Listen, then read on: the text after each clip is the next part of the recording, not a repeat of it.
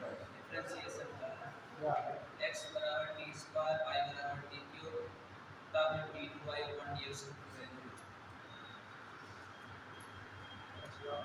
x बराबर t square y बराबर t cube अच्छा d2y अपन dx उसको नहीं कर पा रहा कर रही है टाइम मजा कर रहा है मजाक नहीं कर रहा कर रहा है कर रहा है कर रही है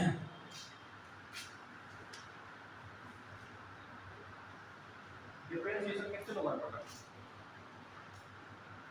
पढ़ा ये पड़ा क्या डिफरेंशिएशन ये पड़ा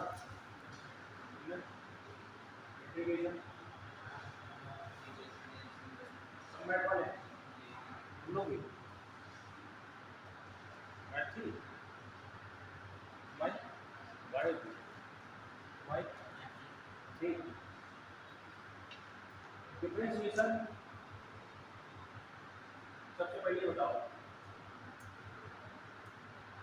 एक दो क्लास में है एक क्लास में ये डिफरेंशिएशन जो है इंटीग्रेशन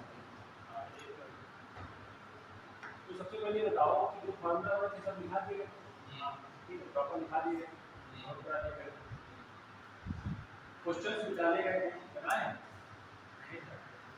डाले ग्रुप में व्हाट्सएप पे डाले तो ये क्वेश्चन नहीं डाला आप कॉम्प्लेक्स नंबर के डाल दो कॉम्प्लेक्स नंबर के और क्वाड्रेटिक इक्वेशन के और अरिथमेटिक सीक्वेंस ऑफ सीरीज की भी डाल दो कौन सा ग्रुप है आपका उदय एनडीए सीरीज सब लोग जुड़े हैं नहीं जुड़े हैं सब लोग जुड़े हैं बहुत सारी मेरे बीच में फाइलें शेयर करेंगे मैट्रिक्स की है क्वाड्रेटिक की कॉम्प्लेक्स की है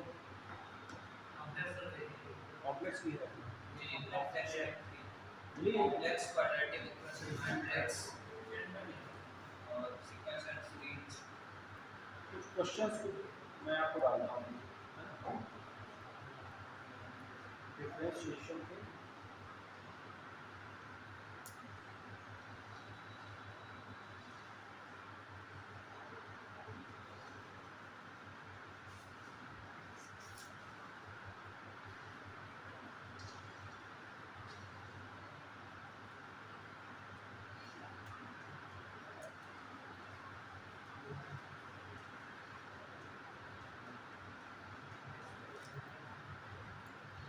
बोल दिया कौन है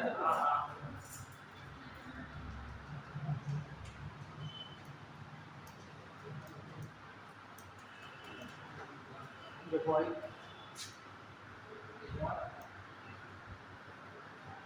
बन गया है तुम लोग पास हो मोबाइल छूट रहा है मोबाइल किसी का पैसा छूट सकता है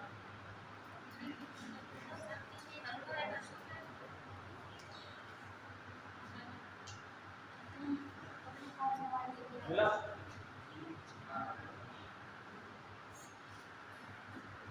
31 क्वेश्चन है इसमें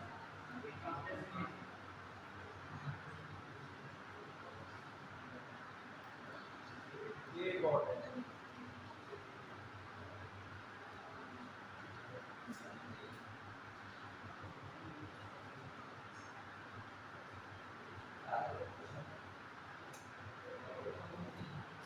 दो सीटें भेजी गई तुम्हें लगा कौन है कारण कारण क्या है घर में नहीं है कौन नहीं करता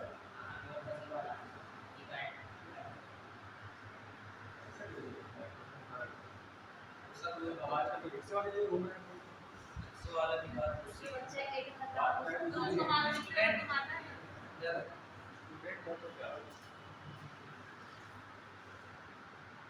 फोन नहीं भी है तो किसी का व्हाट्सएप नंबर जुड़वा दो आप है ना कैसे देखते हो जब फोन है नहीं किसी का तो उसमें चलता है व्हाट्सएप ये क्या था ये सब खुल जाता है वीडियो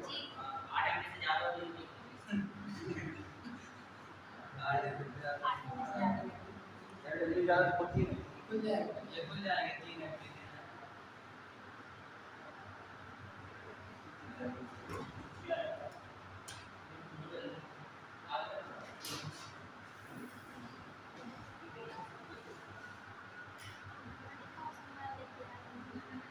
तुम लोगों के पास है?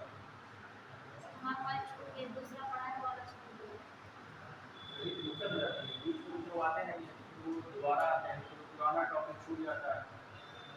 अब जैसे कल जो है कितने लोग थे, खाली ये था, अभी तक कौन थे? और कोई नहीं। ये बात समझे थे? तीन लोग थे। दिक्कत ये है कि एक तो हमारे लिए तो रेगुलरिटी नहीं है किसी में।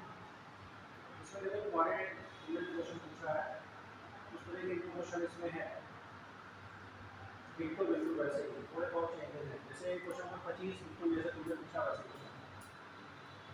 उसके बाद क्लासेस इतनी जल्दी से हटा देते हैं, हट से 2 क्लास लगा के कहते हैं जिससे नीचे तो हटा देते हैं, अगली क्लास लगाते हैं। अब जब तक टॉपिक का माहौल ना, तब तक टॉपिक का समापन कर देते हैं। हाँ, तुरंत फिर अगली क्लास में 2-4-5 लोग नहीं आए, अब जो कल मुझे जो लड़कियाँ आई थी वो आज नहीं, तुम आ जाइए, देखो कब आती है बात। ठीक है, तो इस तरह दूसरी बात ये कि 90% जो लोग हैं, काफ़ी बच्चे ऐसे हैं जिनका मैथ बैकग्राउंड है नहीं।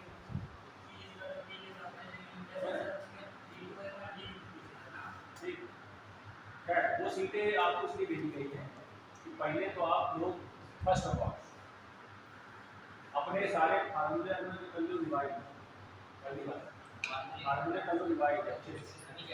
ठीक है, सभी के करने केवल इसके डिवाइड और फार्मूले डिवाइड करने के बाद सीट को सॉल्व करना शुरू करो। ठीक है, चेक करो इसमें पैटर्न वाइज क्वेश्चन दिए गए। ठीक, अब होता क्या है कि देखो बहुत सारे ऐसे क्वेश्चन हैं जिसमें ट्रिग्नोमेट्री और ग्राफ वैल्यू है, जिसका ट्रिग्नोमेट्री और ग्राफ वैल्यू है। अब ट्रिग्नोमेट्री का अगर आइडिया नहीं तो भी नहीं होगा, तो ग्राफ का आइडिया नहीं तो भी नहीं होगा। दूसरी बात, इंटीग्रेशन और डिफरेंशिएशन में ऐसे चैप्टर्स हैं जो गणित के अंदर कि इसमें 3 चीजें इस्तेमाल होती हैं, अलजेब्रा, ट्रिग्नोमेट्री और ग्राफ, 3 चीजें का इस्तेमाल। अब बहुत सारे ऐसे क्वेश्चन हैं जिनका ग्राफ से सॉल्यूशन हो सकता है, बहुत सारे ऐसे क्वेश्चन हैं जिनका ट्रिग्नोमेट्री से सॉल्यूशन हो, है ना, मिक्सचर है ये तो मतलब कि कई सारे पॉइंट इसमें एक साथ आते हैं। जाने कितने लोग हैं जिनका बैकग्राउंड ही नहीं है मैथमेटिक्स, मैथ में उनका मामला शून्य है। मिल गई सीट सभी, ठीक है। तो सबसे पहले तुम लोग क्या करो, पहले अच्छे से फार्मूले डिवाइड करो सारे, और जो इसके सोल्यूशन वाले क्वेश्चन है आगे तुम्हारा भी क्वेश्चन उसी रहता है, तुमने जो भी क्वेश्चन पूछा है इसी में सीट दी सर हमारा जो T2 है कॉन्टिनेंट्स थोड़ा सा अंतर है, थोड़ा सा 2 की जगह 3 है, 3 की जगह 4 है, इससे ज़्यादा अंतर है, बाकी सेम बचता है। बता दी। ठीक है, पहले खोलो तो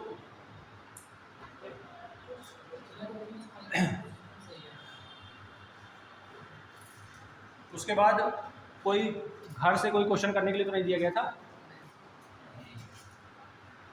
ठीक है, कल क्या कराया था?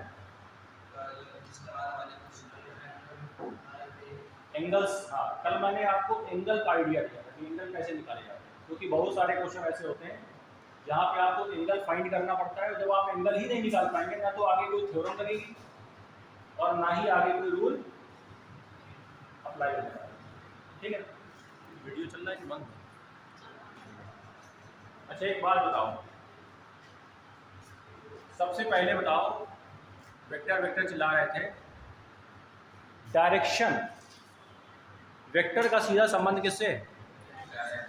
डायरेक्शन से, मतलब दिशा से, डायरेक्शन से मतलब दिशा से, है ना। तो ये बताओ मुझे दिशा क्या होती है, क्या है डायरेक्शन, बता दो। और अगर डायरेक्शन है, दिशा है, तो दिशाएं कितनी बताओ? 4 है, सही है। तुमने उसमें महाभारत नहीं सुना कि 16 दिशाओं से, 10 दिशाओं से, हाँ 10 दिशाओं से, तो ये 10 दिशाएं कैसे आ गई? अगर 4 होती हैं तो 10 दिशाएं कैसे आ गई? उसके अलावा भाई 4 दिशाएं तो फिक्स है, और कौन सी? अच्छा एक बात ध्यान रखें, जब हम पेपर पे बनाते हैं तो बताओ नॉर्थ किधर होता है? पूरब। किधर किधर किधर किधर? ये क्या है? ये है पूरब। बातें यार तो ये नहीं पता पूरब कहाँ है, वो पूरब इधर दिख रहा है, समझे? हाँ ये नॉर्थ है भैया, नॉर्थ है, ये नॉर्थ डायरेक्शन है ये पूरब है मतलब ईस्ट। ये क्या है? पश्चिम है मतलब पश्चिम मतलब वेस्ट, डब्ल्यू लिख लो। ये क्या है? नॉर्थ मतलब नॉर्थ, एन लिख लो। और ये क्या है? साउथ मतलब वेस्ट लिख लो। ऐसे लिख सकते हैं? तो कितनी दिशा है? 4। बस 4 और देखो कैसे बनेगी। एक लाइन ऐसे बनाओ, ऐसे, ठीक, और दूसरी कैसे ऐसे बनेगी? अच्छा इस वाली दिशा को क्या बोलेंगे? नॉर्थ ईस्ट, उत्तर पूर्व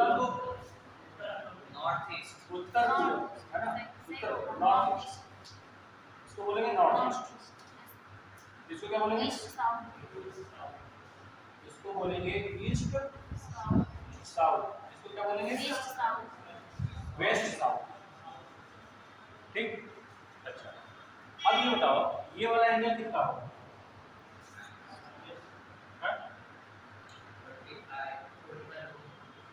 45। ये कितना होगा? ये भी कितना? सारे 45 है। तो बताओ अभी कितनी डायरेक्शन आ रही है? 8 डायरेक्शन है, ठीक। तो देखो 8 दिशाएं तो ये हो गई। अच्छा अब दिशाओं की कोई संख्या नहीं है, दिशाओं की कोई फिक्स संख्या नहीं है। अगर फिक्स की बात करेंगे तो केवल 8 ही जो आपके सामने है। उसके बाद और भी हो सकती है। कैसे? एक लाइन अगर मैं ऐसे डालूं, ऐसे ऐसे तो ये बताओ क्या ये 45 से छोटा हो गया एंगल?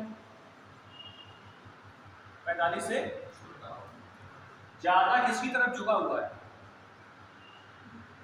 ज्यादा किसकी तरफ झुका हुआ है? नॉर्थ की तरफ, नॉर्थ की तरफ।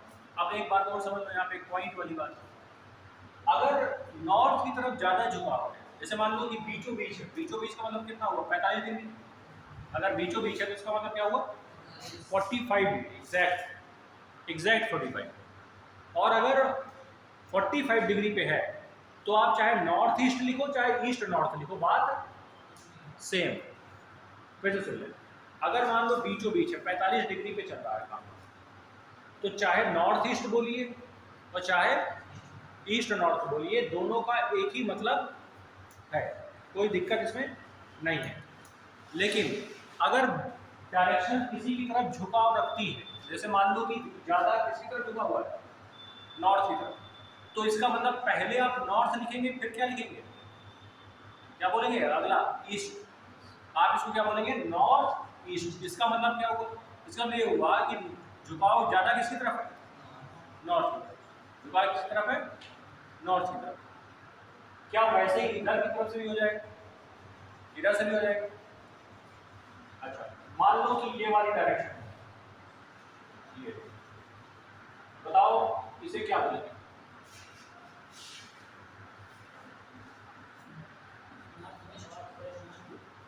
झुकाव किसकी तरफ होगा?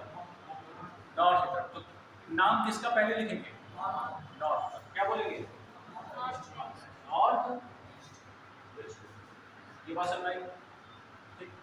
अच्छा अब ये बताओ जो डायरेक्शन है, पहले चीज तो ये चीज समझिए कि जैसे आप ऐसे खड़े हुए तो आपका लेफ्ट कौन सा है? इधर। अगर मैं बोलूं एक व्यक्ति ऐसे खड़ा हुआ है, ठीक, वो पूरब दिशा की तरफ चला, पूरब नहीं, नॉर्थ की तरफ, नॉर्थ किसे बोलेंगे? उत्तर की तरफ। कितना चला? 10 किलोमीटर। कितना चला? उसके बाद बोला कि ही टर्न हिज लेफ्ट, वह अपने लेफ्ट घूमा। तो आप बताइए कहाँ घुमाएंगे? लेफ्ट, इसका लेफ्ट किधर होगा? इसका लेफ्ट घुमाएंगे अगर, इसका लेफ्ट है इधर, मतलब ये किधर घूमेगा? अच्छा, क्या ये बताया गया कितना डिग्री घूम रहा है? तो जब ये ना बताया जाए कितने डिग्री घूम रहा है तो आप कितने डिग्री घुमाएंगे? 90। जैसे मान लो कि मैं ऐसे जा रहा हूँ और आपने कहा टर्न लेफ्ट राइट, आपने पूरा टर्न लेफ्ट, तो पूरा घूमूंगा, मैं जा नहीं रहा ऐसे। अभी तो मेरा फेस इधर था, अब इधर है, तो आप कितनी डिग्री लेंगे? 90। लेकिन अगर वो बोले turn is left at the 45, अगर 45 डिग्री लेफ्ट घुमाए तो आप पूरा नहीं घूम पाएंगे। फिर कितना घूमेंगे? केवल 45। मतलब अगर आप ऐसे थे ऐसे हो जाएंगे, लेकिन ऐसे नहीं हो पाएंगे। ये पॉइंट बन जाएगा डायरेक्शन की बात है। तो आप मुझे बताइए, अगर मैं ये बोलता है यहाँ पे कि 45 डिग्री लेफ्ट, तो कितना घुमाते आप? ऐसे घुमाते। कितना घुमाते? ऐसे घुमाते। क्यों 45 बन रहा है यहाँ पे? कैसे बन रहा है? ये डायरेक्शन थी, तो 45 कितना बनेगा? ये बनेगा 45 डिग्री। कितना बनेगा? 45। बात समझ आई? अच्छा, अगर मान लो कि कोई व्यक्ति कहाँ जा रहा है? साउथ डायरेक्शन में जा रहा है। कहाँ जा रहा है? साउथ डायरेक्शन में जा रहा है। तो साउथ डायरेक्शन में जा रहा है तो आप मुझे बताएं इसका लेफ्ट अब किधर? इधर या इधर? इधर। अगर मैं इससे बोलूं टर्न लेफ्ट, तो किधर मुड़ेगा? इधर मुड़ेगा ना? पक्का है कि नहीं? इधर मुड़ेगा। क्यों? क्योंकि इसका माउथ किधर की तरफ है? नीचे की तरफ। मतलब नीचे को आप ये मान के चलेंगे कि मैं बोर्ड के सामने हूं, मतलब मेरा मुंह बोर्ड की तरफ नहीं है, बोर्ड के अपोजिट, क्योंकि यहाँ पे नीचे को मतलब आप ऐसे उल्टा थोड़ी खड़े हो जाएंगे भाई। जैसे डायरेक्शन का अंदाजा कैसे लगाएंगे भाई? अगर आप खाली ऐसे आंख बंद करके सोचेंगे, गलती कर देंगे।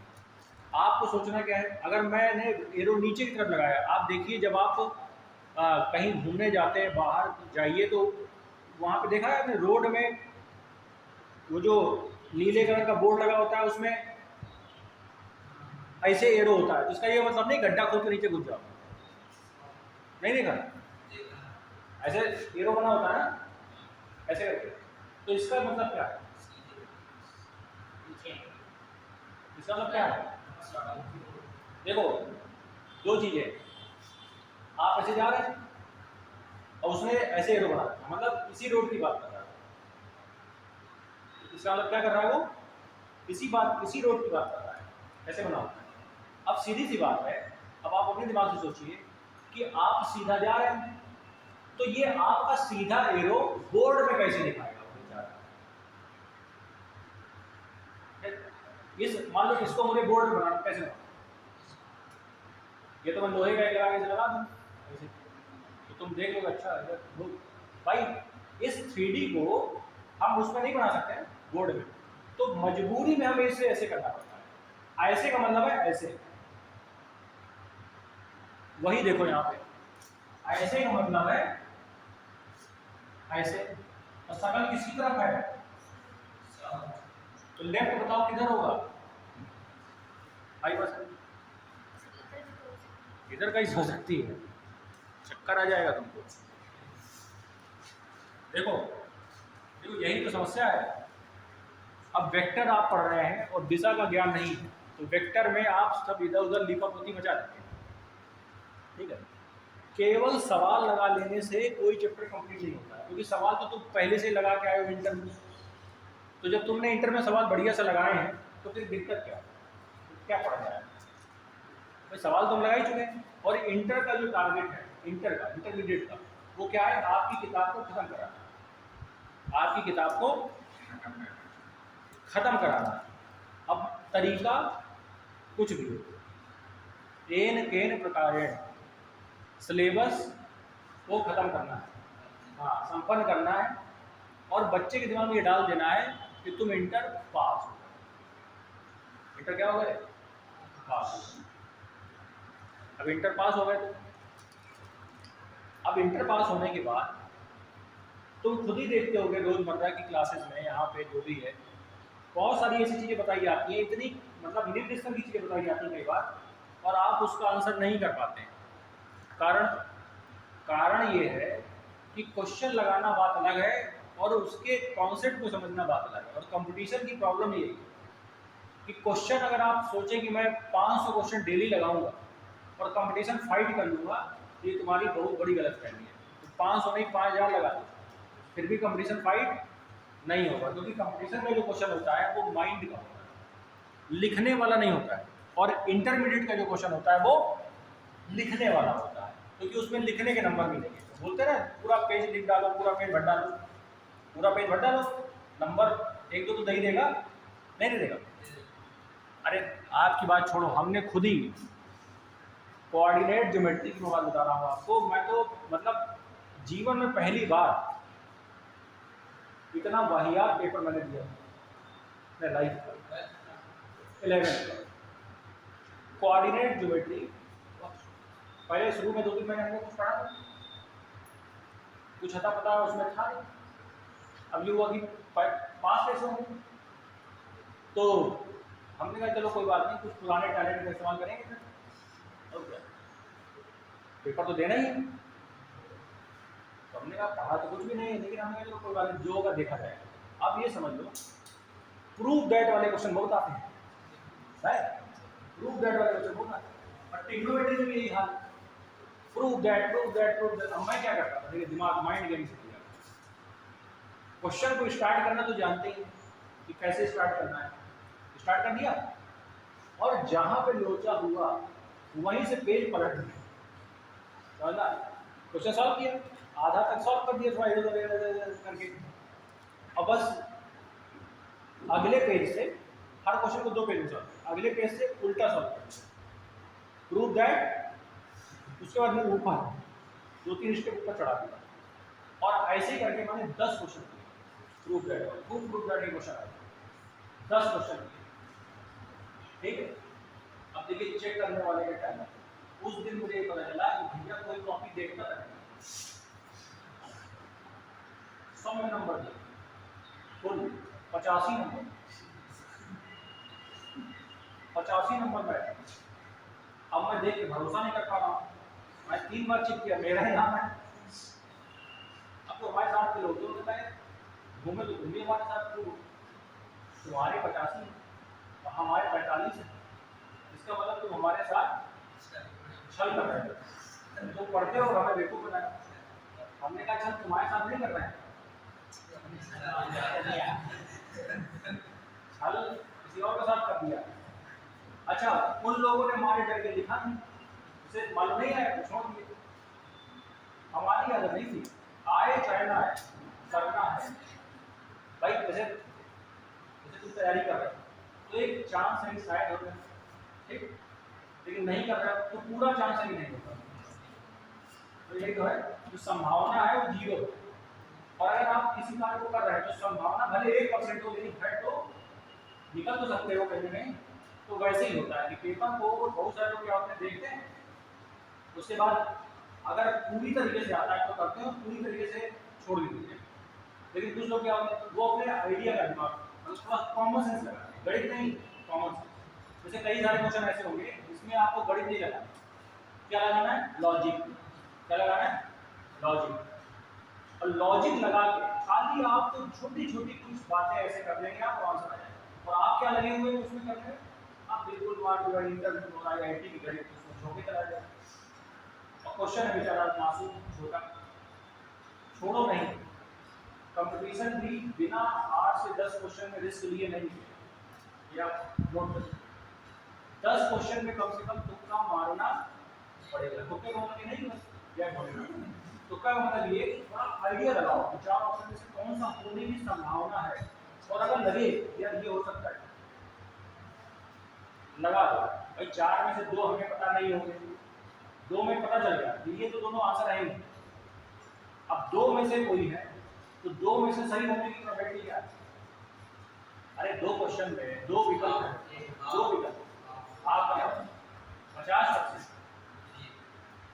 भाई 2 क्वेश्चन में अगर आप तुक्का लगाएं, 2 ऑप्शन में तुक्का लगाएंगे तो सही होने की प्रोबेबिलिटी क्या है? 1/2 50% तो सही हो गया तो बात नहीं। तो ऐसे बहुत सारे क्वेश्चन में रिस्क लेना पड़ता है क्योंकि वहां पे सॉल्यूशन पे नंबर नहीं मिलते हैं, आंसर पे नंबर मिलते हैं, तो रिस्क हो जाएगा। अब आप ये सब हाँ सब एनडीए का पेपर कोई ब्रह्मा जी का बनाया हुआ पेपर नहीं, तो कहा हुआ यूपीएससी क्या था? तो यूपीएससी में क्या कुछ दैवी शक्ति वाले लोग होते हैं? यूपीएससी जो निकालते हैं, ये यूपीएससी में जो काम करता है वो तो इंसान ही है। कुछ अलग दैवी शक्ति है जिसका इस्तेमाल करके हो जाता है, अलग टाइप के उनके सामने आते ही गदा और रेजोल्यूशन निकल आता है। अच्छा है क्या? वो भी तुम्हारे जैसे आदमी, अरे देखे नहीं हो गया यहाँ से निकाल क्या खास है उसमें? कुछ खास नहीं, एक ही खास है ना बात, एक ही बात खास है। क्या क्या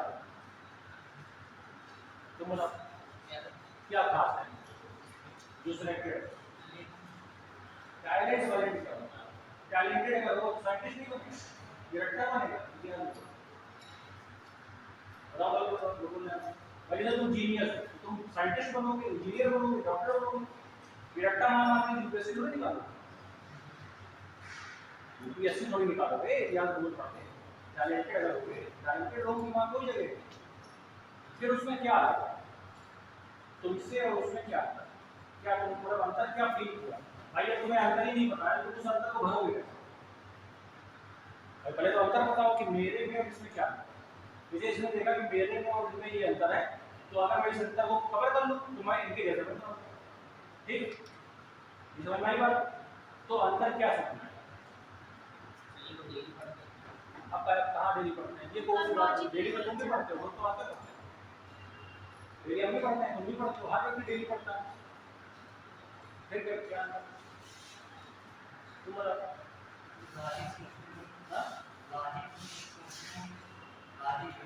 उनके अंदर दिमाग है नहीं, लॉजिक होती है।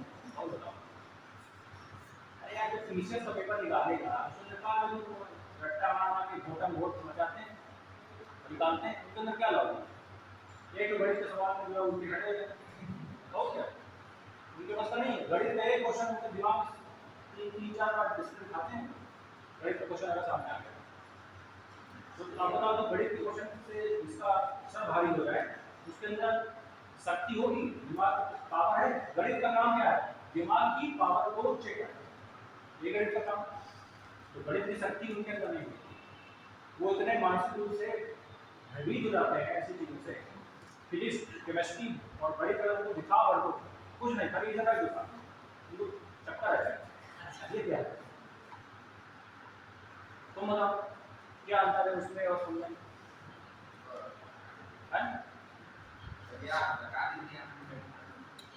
सब हम ही बता रहे हैं। अर्जुन ने कभी कृष्ण से कहा कि अरे तुम्हें ही अपना सुदर्शन निकाल के मार देना है, हमको अभी धनुष तलवार है वो फालतू।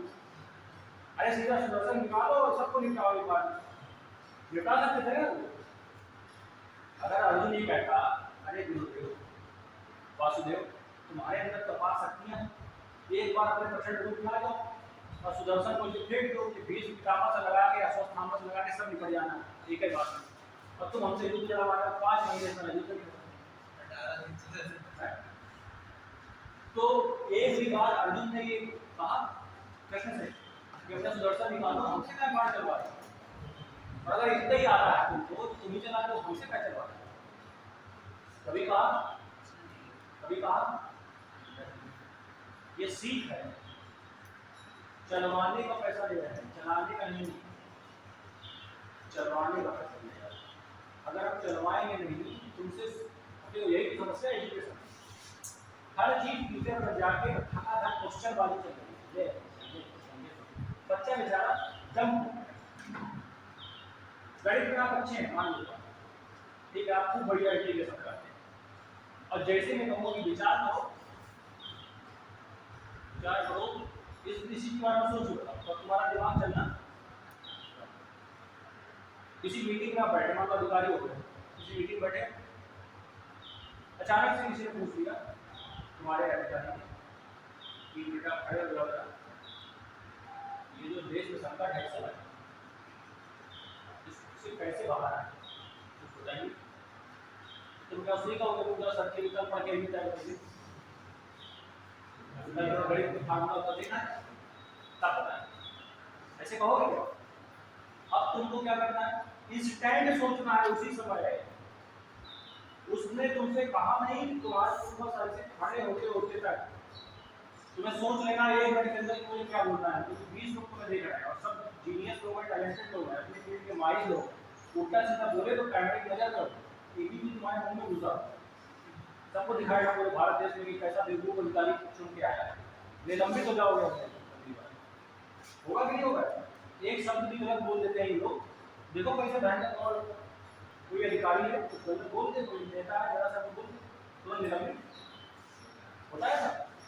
तो सोचना होता है, सोचने की शक्ति पैदा करो, कोई चीज पूछी जाए तो तुरंत दिमाग लगाओ, उससे हटो नहीं, ठीक है मुझे क्या मतलब है, आज मतलब नहीं लग रहा, लेकिन आज 2 साल का मतलब है, इसलिए पूछ रहा है कि एक सिलेक्टेड व्यक्ति जो है उसमें और आप अपने में क्या फर्क देख रहे हैं, क्या फर्क आपने कभी एनालिसिस किया, क्या फर्क?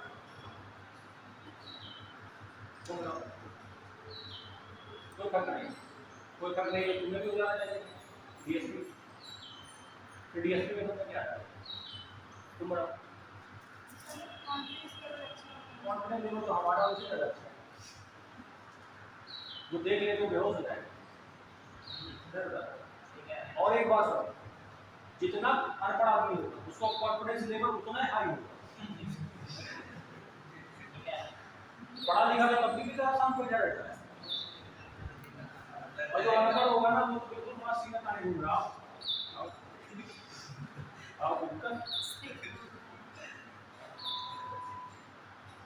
कॉन्फिडेंस जिसके पास नॉलेज नहीं है उसका और हाई है, क्योंकि उसे यही नहीं पता कि कॉन्फिडेंस हाई होने से होगा हाई नहीं होना, तो कॉन्फिडेंस को कोई मतलब नहीं। कॉन्फिडेंस क्या है, बहुत सारे अधिकारी हैं चुप बैठे रहते हैं लेकिन अंदर अंदर गेम करते हैं, उनको देखने में लगेगा गधा है लेकिन मजा आएगा सामने, बस सब कर रहा है दिमाग से कर रहा है, तुमको फील नहीं होगा, यही तरीका ही होता है काम करने का। अगर आपके काम करने का एक्शन कोई जान जाए तो आपका काम तो इसी सफल नहीं होना है, इसलिए वो हमेशा शांत रहते हैं, जताते नहीं है, अगर जता देगा तो उसका चेहरा पढ़ देगा तो पहली बात अच्छा कर नहीं पाए, तुम बना पड़ी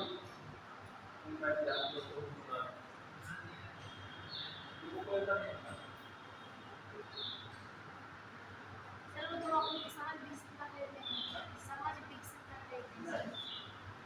समझ कैसे कर लेते हैं, तब करते हैं प्रश्न, क्या करते हैं पढ़ता पढ़ते तो हम भी पढ़ते आप भी पढ़ी रहे, कौन सा तरीका लागू, क्या तरीका कॉमर्स में तो सबके अंदर है, वो शरीर से निकलता है, दिमाग से निकलता है, तुम बताओ फिर तुम अंदाजा लगाना कि मैं सही कह रहा हूँ, इसमें तो दबाव नहीं, पूरे दिमाग आईआईटी ना है और उनका क्यों कर सकते, अरे वो तो इतना कमजोर व्यक्ति था यार, देखे नहीं होते आपको तो बगैर बैठे थे, वो तो और धीरे रहा मासूम वाले जैसे, हम भी तो बैठे थे बाहर,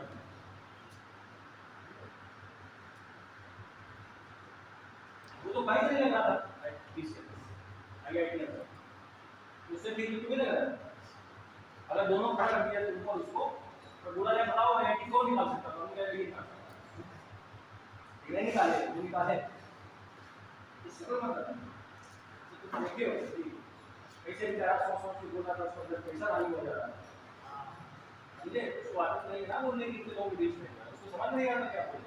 अब चूंकि अधिकारी है तो आदमी सुन रहा है, इसे मान रहा है, और वही चीज को दूसरा बोले तो नहीं सुनेगा, क्योंकि अधिकारी है तो उनका प्रेशर माइंडसेट अलग होता है। हाँ अच्छा बोले बढ़िया बोले माइंडसेट दूसरा सोच तुम्हारा क्या क्या क्या माइंडसेट अलग होता है, जैसे आपका माइंड दूसरी तरह से काम करेगा, हमारा उनके पास, तुम्हारे पास का ही कमी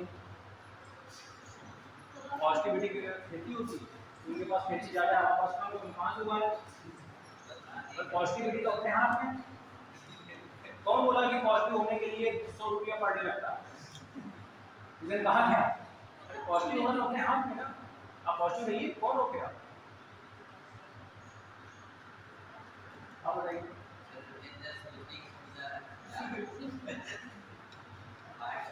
गाय को जो है कोई ऐसा बिस्किट खाते हैं जिसमें ज़्यादा विटामिन किसी को मैं ज़्यादा आती है, किसी को नमाज नहीं, किसी को थोड़ा सा कमाई। अब देखो, अब मैं तो मैंने ये प्रश्न जो मैंने आज तुमसे किया, आज से 3 साल के बाद या अभी पेपर में ही बहुत जगह, अगर तुम समझदार व्यक्ति हो, एनालिसिस करने वाले हो, तो तुमको ये समझ में आएगा पेपर देते वक्त इन सब चीज़ों का इस्तेमाल बहुत भयंकर है। पेपर अगर 100 नंबर का है, मेरी बात ध्यान सुन लें, आज अभी तो पता नहीं आप इस चीज़ को समझ पा रहे हैं नहीं समझ पा रहे हैं, लेकिन थोड़ा जब अनुभवी हो जाएंगे आप पेपर दे के थोड़ा डर डर के, तो आपको कुछ बातें ये एहसास होगी कि 50% पेपर कॉमन सेंस का होता है। वरना जो व्यक्ति उत्तर प्रदेश का इंटरमीडिएट टॉप कर चुका है, वो तो एक बार में पेपर निकाल देगा, उसे तो सब रखा है, लेकिन नहीं कर। उत्तर प्रदेश का अगर कोई टॉपर है, ठीक, बोर्ड में टॉपर है, पूरे यूपी फर्स्ट है, उसे पेपर बैठा दो इंडिया के रखना ढेर हो गया तो फिर काहे ढेर हो गया यार, उसे तो खूब बैठाते हैं ना भर भर के, 100 में 100 नंबर लाया, 100 में 100 नंबर लाने वाले को एनडीए के पेपर में एक बार बिठा के दीजिएगा, 100 नंबर नहीं ला पाएगा, 300 चैलेंज है।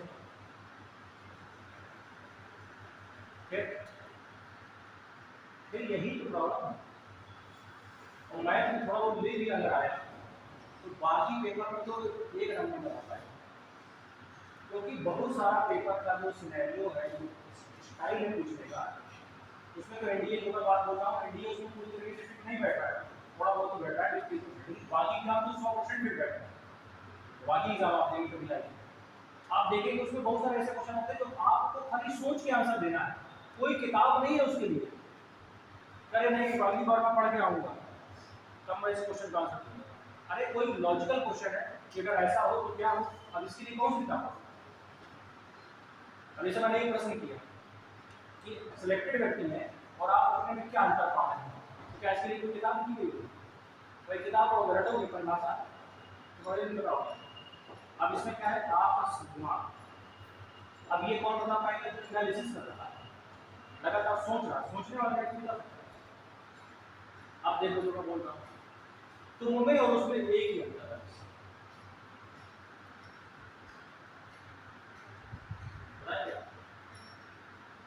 पहला कंसिस्टेंसी, इसका अर्थ है लगातार लगे रहना, और लगातार लगे रहने वाले व्यक्ति 100 में 1। लगातार लगे रहने का मतलब है होली है, दिवाली है, छठ है, दुर्गा पूजा है, नवरात्रि, हिंदू एक ऐसा धर्म रहेगा पर डे कुछ ना कुछ, प्रतिदिन 365 के 365 कुछ नहीं है तो लोग नाग देवता के जाते हैं, वो भी नहीं है तो वटवृक्ष की पूजा होती है।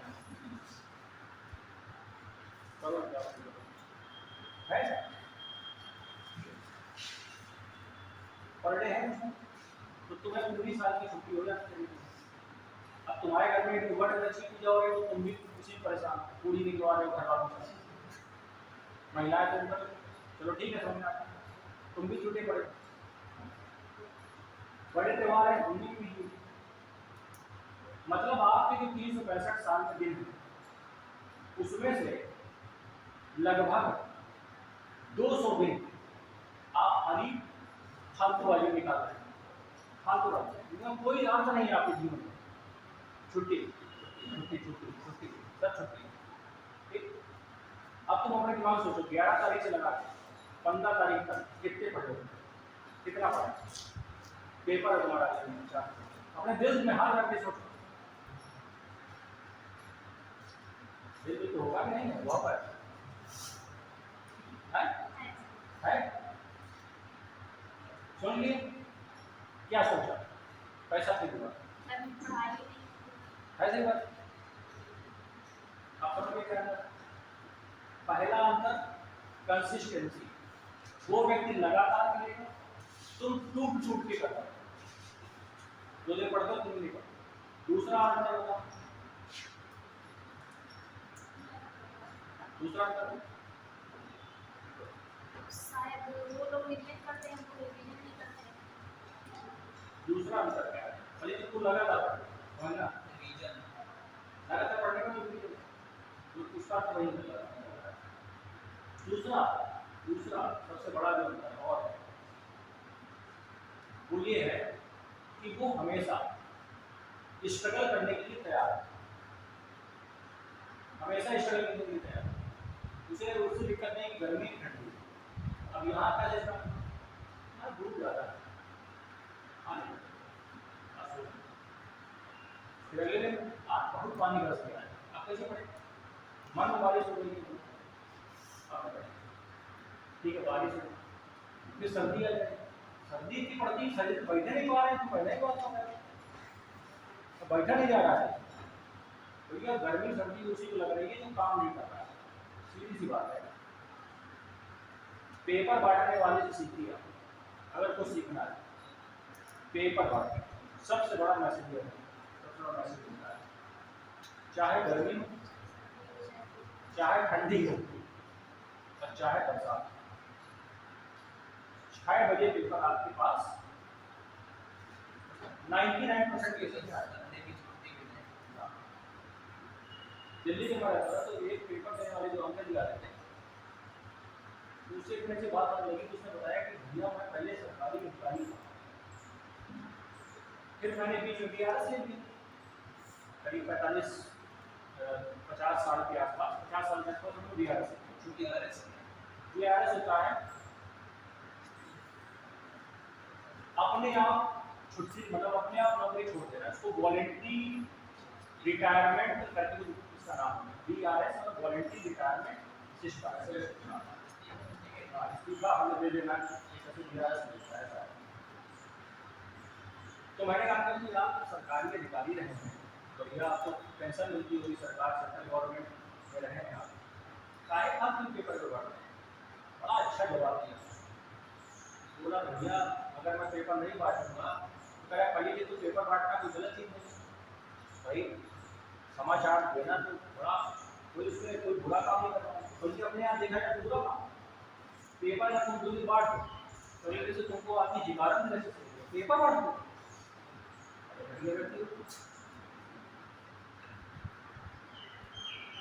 अच्छा पहले ठीक है नहीं बांटेंगे महीने से 10 बजे सोएंगे तो कहेगा 10 बजे सोते हो, अरे घटिया व्यक्ति हो, ये करेगा। तो उसने कहा कि मैं अगर नहीं बांटूंगा तो मैं सुबह जल्दी उठूंगा नहीं, तो मेरा शरीर धीरे धीरे करके आलसी हो जाएगा, जब आलसी हो जाएगा तो मैं और जल्दी बुरा हो जाऊंगा, 5 साल और उम्र छोटी हो जाएगी, कम हो जाएगी, बीमारियां पकड़ेंगी तमाम।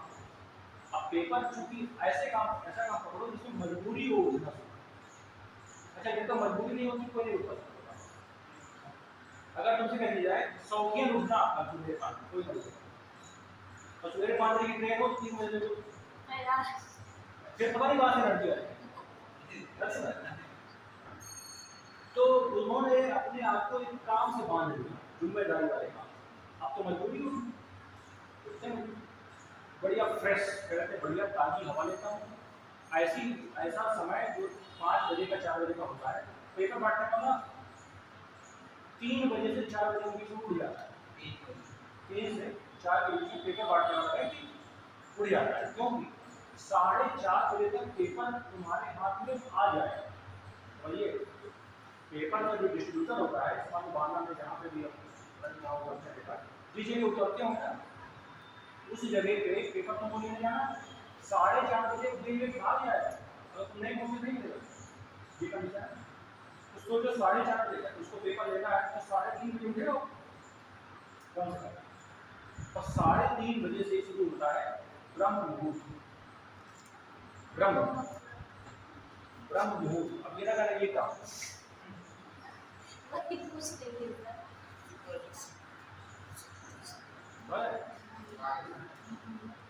ब्रह्म मुहूर्त है या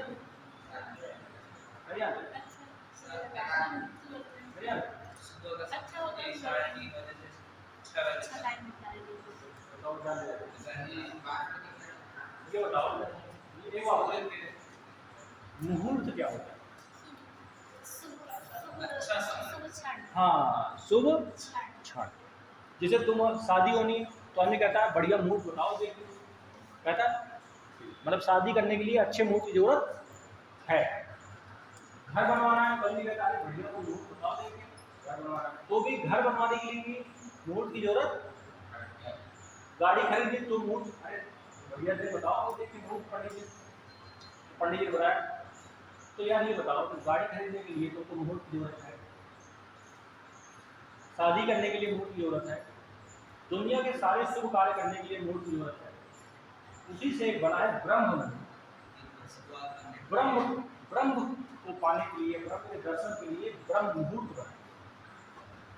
जैसे हर काम को करने का शुभ दिन होता है, शुभ समय होता है, वैसे उठने का शुभ समय भी होता है। समझ गए भाई? हर काम को मुहूर्त देके करते हो कि अच्छे से हो जाए, तो वैसे ही शुरुआत करने से पहले करते हो, तो वैसे ही दिन की शुरुआत करने के लिए भी एक सही समय निर्धारित किया गया ताकि दिन कैसा गुजरे, अच्छा जाए, उसमें कोई समस्या ना आए। तो उसका समय क्या निर्धारित किया गया है? 3:30 बजे। हाँ, अब इसका मतलब ये नहीं कि 3:30 बजे उठ जाओ, पाबंदी थोड़ी ना। अब होता क्या है, 3:30 बजे चूंकि हर व्यक्ति उठ नहीं पाता, तो जो 3:30 बजे से 4 बजे का जो समय बनाया गया वो बनाया गया साधुओं, इसलिए हाँ, जिसका काम और कुछ नहीं, खाली अपनी धुन में रहना, पूजा पाठ करना, और कोई जीवन में कोई जिम्मेदारियां नहीं है, लगे पड़े, ठीक है कोई बात नहीं। लेकिन ब्रह्म मुहूर्त कितने बजे तक है? कितने बजे तक? सूर्योदय के पहले सूर्य की पहली किरण से जस्ट पहले तक ब्रह्म मुहूर्त शुरू होता है। और जैसे ही सूर्य की किरण ऐसे पृथ्वी पे पड़ी ब्रह्म मुहूर्त खत्म। जैसे ही सूर्य की पहली किरण पृथ्वी पे पड़ी, आपका ब्रह्म मुहूर्त खत्म। अब उसके बाद जितने लोग उठाए वो उस हवा का मजा नहीं ले पाएंगे जो चल चुकी है, और उस हवा के बारे में कभी वो जान भी नहीं पाएंगे। कितनी सुनहरी हवा चल चुकी है, और जो उठा था वो मजा ले चुका है। अब तुम उठे हो तो रोज रोज धूप में दिखती है, जब भी उठते तो है हाँ, रोज रोज धूप दिखती है। तो जब तुम उठे तुमको कैसा फील हुआ? बुरा फील हुआ। तुम उठे तुरंत तुमको धूप लगी, अरे ऐसे तुम बोले, और जो 3-3:30 बजे चालू उठा वो कहता अरे, उसको उठते कैसा फील हुआ? गुड। उसका दिन कैसा गुजरेगा? गुड। और तुमको उठते कैसा फील हुआ? बैड। तो तुम्हारा दिन कैसे गुजरेगा?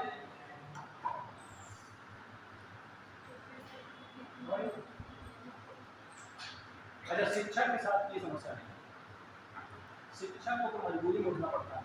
आप जाते हैं 3:30 मैं तो बता रहा हूँ, मुझे लगता है कि मैं स्टूडेंट लाइफ में कभी मतलब रात के 10 बजे के बाद हम कभी घर से बाहर नहीं गए। हमारी प्रवृत्ति है, हमको थोड़ा पता नहीं फील ही अच्छा नहीं है। जैसे लड़के हैं पढ़ने गए हैं, 11 से लड़कों का घूम है ना, उनके पता चला कि बीच में 12 बजे खाने चले गए, रात में पुलिस ने काटा, सुबह फिर चले आए, ये सब करते हैं। हमको जैसे अंधेरा हुआ घर चलो, जो करना है समय पर आराम से आप उठिए। 6 बजे का हमारा समय रहा है हमेशा, क्योंकि हमारी जो क्लासेस रही है हमेशा 7 बजे। तो 7 बजे क्लास है, तो कितनी भी देर उठोगे तो 6 बजे तो उठना ही होता है। 6 बजे, 5:30 बजे, 5:30 से 6:30 के बीच में पिछले 8 सालों से नौकरी, मतलब उसमें अगर एक भी दिन अगर आप सोचें कि वो हुआ होगा कि नहीं नहीं झूठ बोल रहा है, ऐसा नहीं होता है, तो ज़्यादा अगर हुआ होगा तो फिर नहीं हुआ होगा कि 6:30 बजे बस। लेकिन 7, हाँ 7 तुम हो जाता है, मैं ये नहीं कह रहा, मैं नहीं कहता तुम नहीं होगा, मैं तो एक अपनी बात बता रहा हूँ कि शिक्षा के साथ क्या है कि उसके साथ मजबूरी है, क्योंकि हम काम से बने हुए हैं। हम नहीं लोग रहेंगे तो काम नहीं चल पाएगा। अब जो व्यक्ति काम से बना हुआ उससे तो मजबूरी होता है, समझ गए बात? ये पोजीशन, 2 शब्द हैं, स्टडी और प्रिपरेशन। तो स्टडी कर रहे हो, प्रिपरेशन स्टडी कर रहे हो, इसीलिए 3 दिन में 1 दिन आती है। स्टडी में और प्रिपरेशन में क्या अंतर प्रिपरेशन डेली करते हैं और स्टडी जब होता है जब मन किया जिम्मेदारी। प्रिपरेशन हमेशा होती है, जैसे कहते हैं ना कि युद्ध की तैयारी, ऐसे बोलते हैं युद्ध की तैयारी, बाजार के लिए तैयार हो, ऐसे बोलते हैं ये का तैयार हो, चलो। लेकिन हम क्या तैयारी हो, तैयारी का मतलब ये हुआ कुछ विशेष प्रकार की व्यवस्था का नाम है तैयारी, जिसमें आपको अपनी कमियों को हटाना, जैसे गंदे कपड़े पहनो साफ पहनो, एक तैयारी हो, मन को बाजार जाना, तुम क्या करते हो घर में चाहे ऐसे घूम रहे हो कि बाजार जाना है, कहीं अच्छे ले जाना है, तो तुम सोचते हो कि कोई जो हमारे अंदर कमी है, बाल वाल ठीक ठाक कटा लीजिए, ठीक है, कपड़े थोड़ा ठीक ठाक पहन लीजिए, गंदे हो जाए उनको चेंज कर दिया। तो आप क्या कर रहे हैं तैयारी में, कर रहे हैं, यही दिक्कत यहाँ पे। अब तुम स्टडी नहीं कर रहे हो, क्या कर रहे हो तैयारी में। तैयारी में क्या करना है, तैयारी में क्या करना है, जो कमियां हैं उनको दूर करना, जो कमियां हैं उनको दूर करना। कपड़े आपके पास 4 जोड़ी अच्छी बात है, लेकिन उनमें से जो सबसे साफ वाला वो पहन कर, ये तैयारी है, ये तैयारी है। वैसे ही यहाँ कि जो सिलेबस है उसको साफ सुथरा करो, झाड़ फूक के उसको साफ सुथरा करो। क्यों? क्योंकि सिलेबस तो आपके पास है ही, नया सिलेबस तो नहीं पढ़ाएगा। सिलेबस जो ऐसी कोई चीज़ नहीं पढ़ाई जाएगी जो आप कक्षा 6 से लगा के 12 तक नहीं देखने आते, कोई ऐसा शब्द तो नहीं है। तो फिर उसमें क्या करना है, उसको पॉलिश करना है। क्या करना है, पॉलिश, जो कमियां रह गई उनको ठीक करना है। ये है इसका मतलब तैयारी, इसका मतलब है तैयारी। अब सुबह मैं आज पढ़ा रहा था, एक बच्चा बोलता है, हाँ ऐसे एक नंबर लिखा हुआ था, ध्यान देना, ऐसे लिखा ना, यहाँ पे लिखा हुआ था ऐसे √3+1, समझना क्या कह रहा है मुझसे। फिर लिखा है √2, ठीक, और यहाँ लिखा है 2√, ऐसे लिखा हुआ था, ठीक, माइनस, ठीक।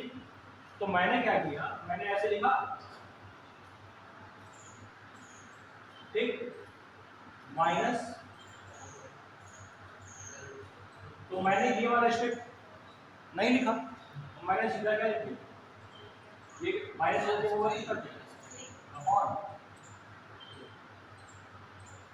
अब वो बहुत देर तक बैठा रहा, सोचता रहा, मैंने समझ में आ गया, हाँ ठीक, समझ में आ गया, हाँ ठीक है। हमने कहा ना तो पूछ लो,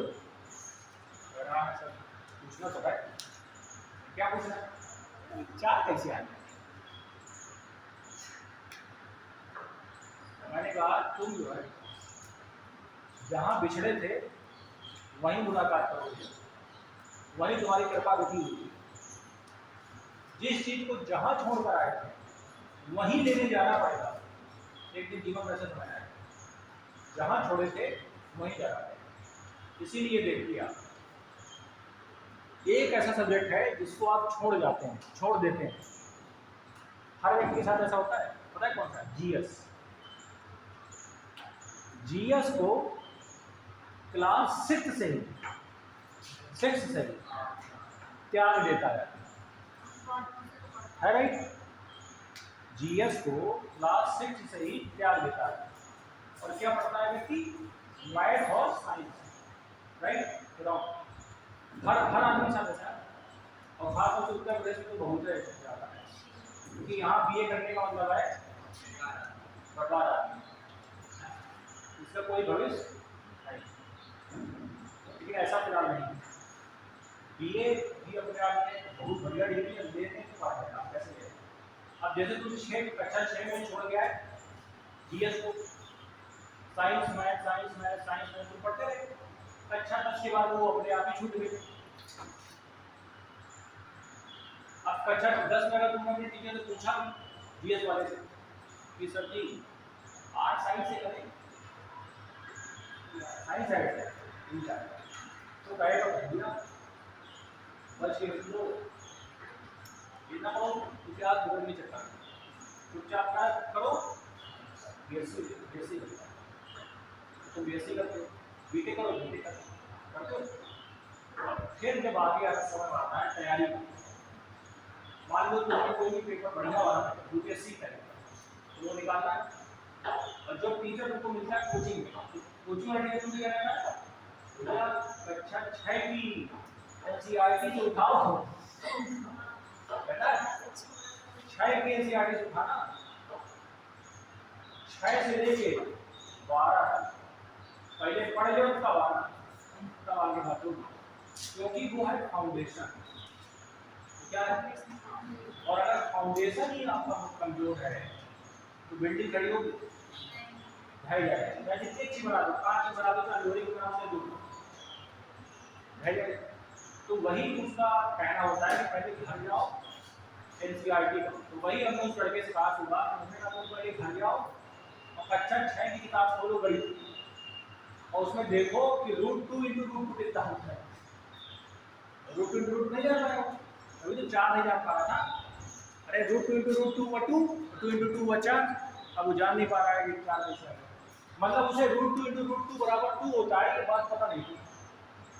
ठीक, अब बताओ उसे तुम कितना अच्छा पढ़ा दो, उसको कोई मतलब का है मतलब? उसके लिए सब बेकार, क्योंकि दिक्कत कहाँ है? 6 में।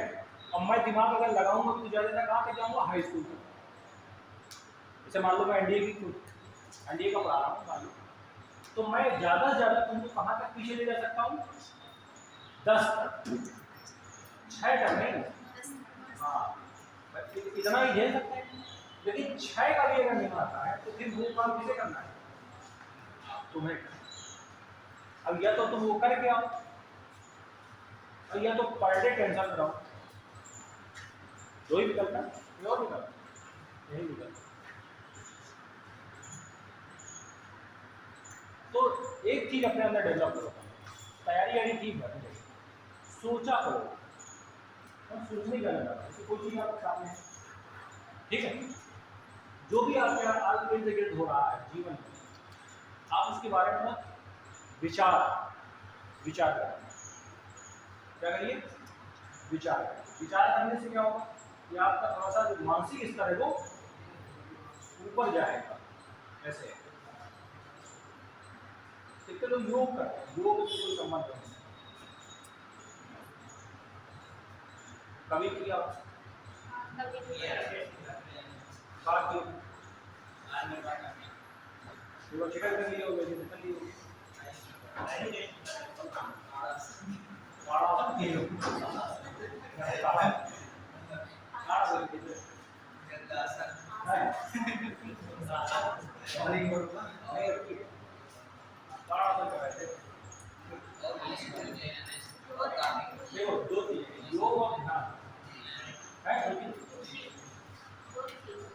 ध्यान, अब ध्यान किसका है? क्या आप बंद कर लिया तुमको जो है फालतू की चीजें याद आए? ध्यान का मतलब आप अगर ऐसे बैठेंगे ना 3-4 दिन के बाद आप शून्य की अवस्था में चले जाएंगे और बिल्कुल आपको एक सोचने की शक्ति वो बढ़ती नजर आएगी। मतलब ऐसा लगेगा कि आप बहुत तेजी से विचार करने लगे हैं अचानक से, आपका दिमाग क्या होगा भागने लगता है, ऐसा फील होगा। शंकर जी का एक सीरियल आता था जय महादेव। अच्छा नई सीरियल देख लोगे लेकिन नई चीज देखो शंकर जी हमेशा ऐसे बैठे थे। अब तो कहीं उनके पास जाओ ये यार काम आप निकाल लो, ठीक है, और उनको कहो पढ़ाई लिखाई पे ध्यान दो, काज में ऐसे बैठे रहते सब ज्ञान हमारा सुन हो जाए, किताब पढ़ा करो, एप्लीकेशन लगाया करो, शंकर जी थोड़ा ज्ञान बढ़ाओ।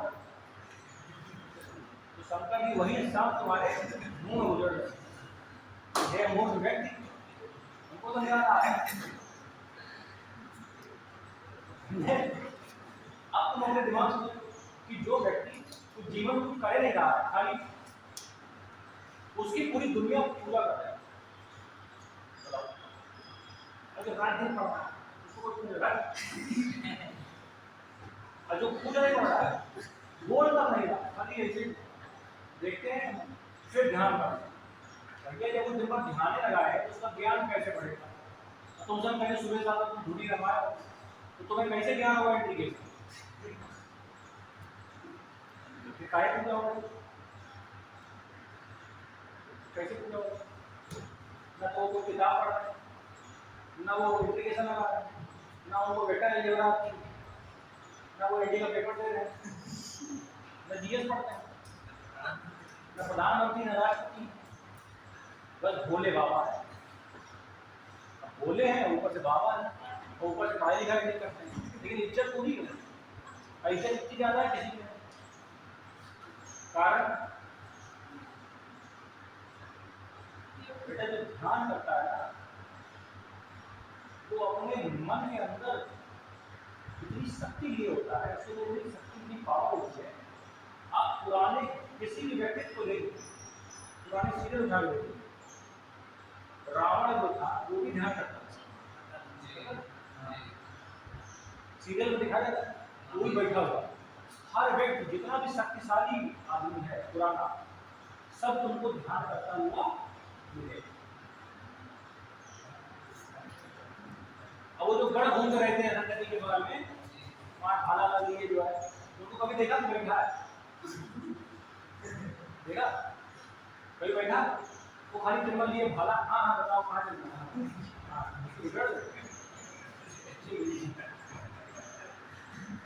ऐसे बात नहीं, उसका कोई सम्मान है?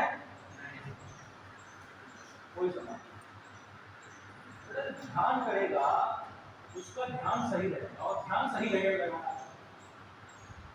और जिसका ध्यान सही लगेगा पहले तो सम्मानित व्यक्ति तो वैसे ही ध्यान ध्यान सही लगेगा।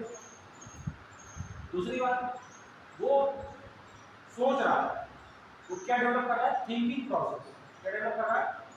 Thinking process. थिंकिंग प्रोसेस भी एक अपने आप में पूरी स्टडी, पूरी क्या है? स्टडी। अब थिंकिंग प्रोसेस इसका वजूद है बढ़िया, तुरंत सोच के आंसर देने वाला व्यक्ति।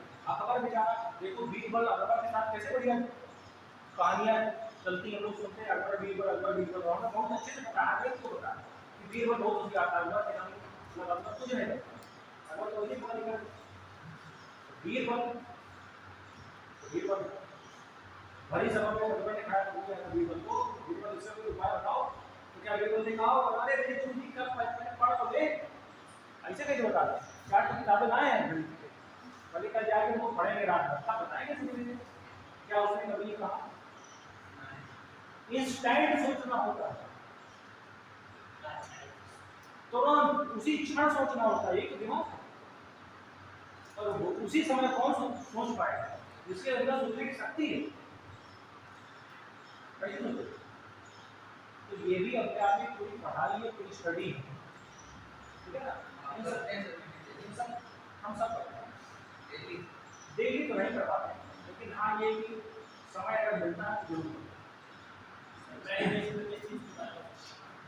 मेडिटेशन में पहली चीज तो जिस चीज के बारे में सोचना चाहो तो सोचे ही। हाँ, अगर मैं तुमसे कह दूं कि आंखें बंद करो, बताओ कौन दिखाई दे रहा है? तुमको कहोगे हमें 50 आदमी दिखाई दे रहा है ऐसा? क्या जिसका सपना देखना चाहते हो उसको देख सकते हैं? सपना अपने आप आता है, तुमसे कुछ नहीं आता कि भाई आज ये आने वाला हूँ, तैयार है ना? ऐसा कुछ क्या है? आपका बस उसमें नहीं। आप अपने आप को जो मेडिटेशन करते हैं फ्री छोड़ते हैं और ये देखते हैं कि आप कहाँ जा रहे हैं बैठते हुए। पहले तो आपको अपनी मन में कंट्रोल ही नहीं होगा, कभी इधर जाएगा दिमाग में, उधर जाएगा, इधर जाएगा, भगा देगा। फिर कुछ महीनों के बाद आप बिल्कुल केंद्रित हो, जो आपके जो घटनाओं में से बिल्कुल ऐसी है कंट्रोल। ये ऐसा नहीं समय लगता है, बहुत समय बाद तब तक हमारा ध्यान तो हम उस चीज को महसूस। हाँ सर, हाँ सर, मैं सर यहाँ हूँ अभ्युदय में।